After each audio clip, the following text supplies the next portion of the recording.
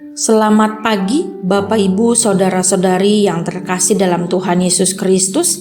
Hari ini Kamis 14 September 2023, saya Pendeta Marta mengajak jemaat Tuhan dimanapun berada untuk mengikuti renungan harian yang dikeluarkan oleh Sinode Gereja Kristen Oikumene di Indonesia dengan berpedoman pada pola pembacaan Alkitab 4M, menerima, merenungkan, melakukan, dan membagikan firman Tuhan dari Yehezkiel 33 ayat 12-13 dengan tema waktu jatuh dalam pelanggaran. Sebelumnya mari kita berdoa. Bapa Sorgawi, terima kasih untuk rahmat-Mu yang selalu baru Engkau nyatakan dalam kehidupan kami. Pada pagi hari ini, mengawali langkah kami mau belajar dari firman-Mu.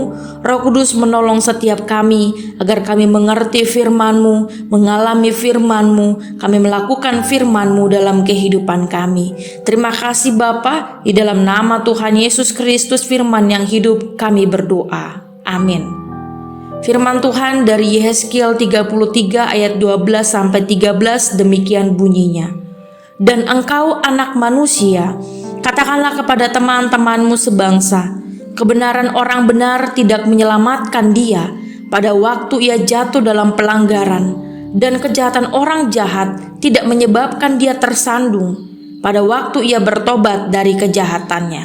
Dan orang benar tidak dapat hidup karena kebenarannya pada waktu ia berbuat dosa. Kalau aku berfirman kepada orang benar, engkau pasti hidup, tetapi ia mengandalkan kebenarannya dan ia berbuat curang, segala perbuatan-perbuatan kebenarannya tidak akan diperhitungkan, dan ia harus mati dalam kecurangan yang diperbuatnya. Amin.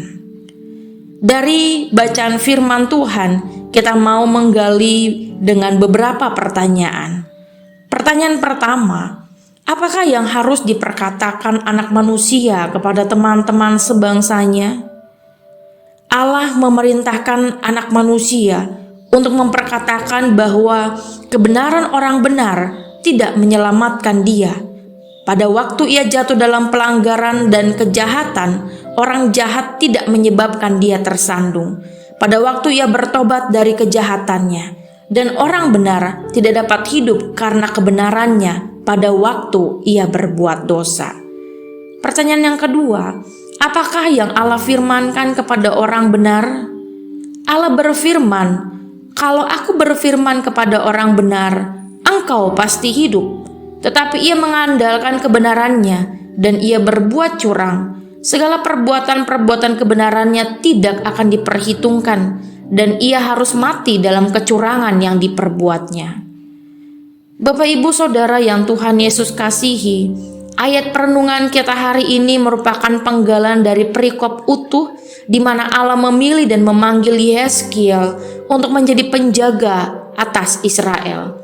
Di mana tugas utama Yehezkiel adalah memberitahukan apa yang Allah firmankan kepada Israel ketika Israel melakukan dosa dan berpaling dari Allah.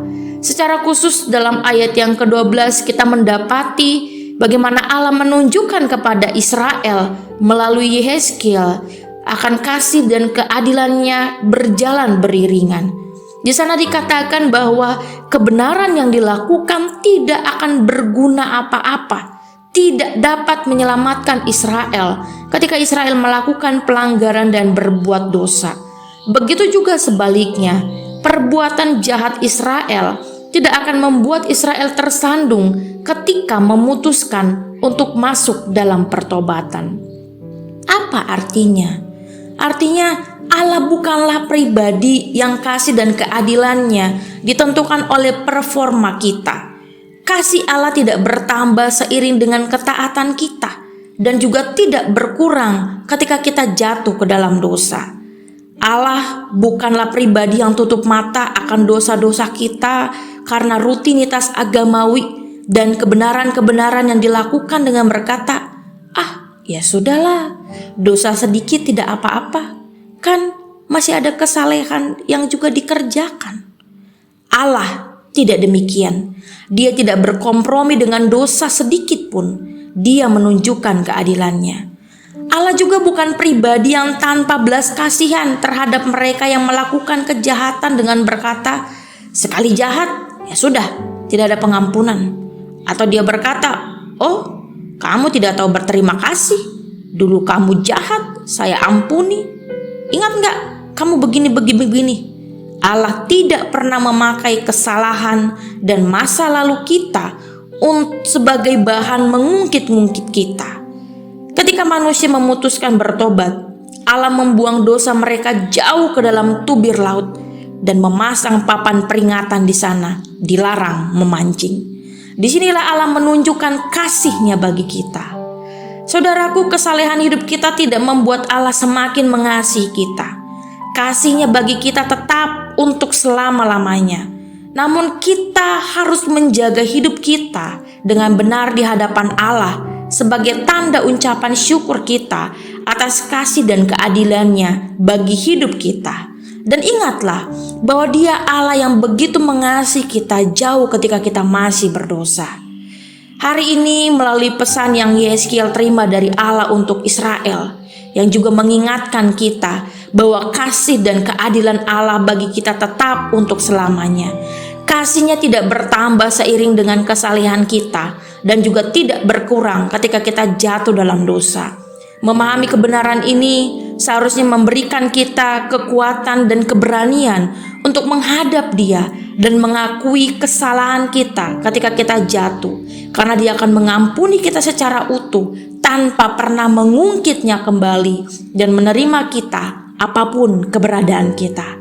Mari saudaraku, jaga hidup kita dengan benar di hadapan Allah sebagai ungkapan syukur kita atas kasih dan keadilan-Nya. Mari kita bagikan dan sampaikan kepada rekan sekerja kita, sekolah kita, tetangga, anggota jemaat dan komsel akan waktu pemberian yang Allah beri untuk melakukan pertobatan. Amin. Mari kita berdoa. Firman-Mu pada hari ini mengingatkan dan meneguhkan kami bahwa kebenaran-kebenaran, perbuatan-perbuatan baik kami tidaklah dapat menutupi pelanggaran yang kami perbuat.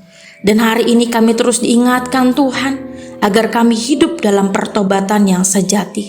Kami diingatkan akan kasih dan keadilan-Mu yang berjalan beriringan.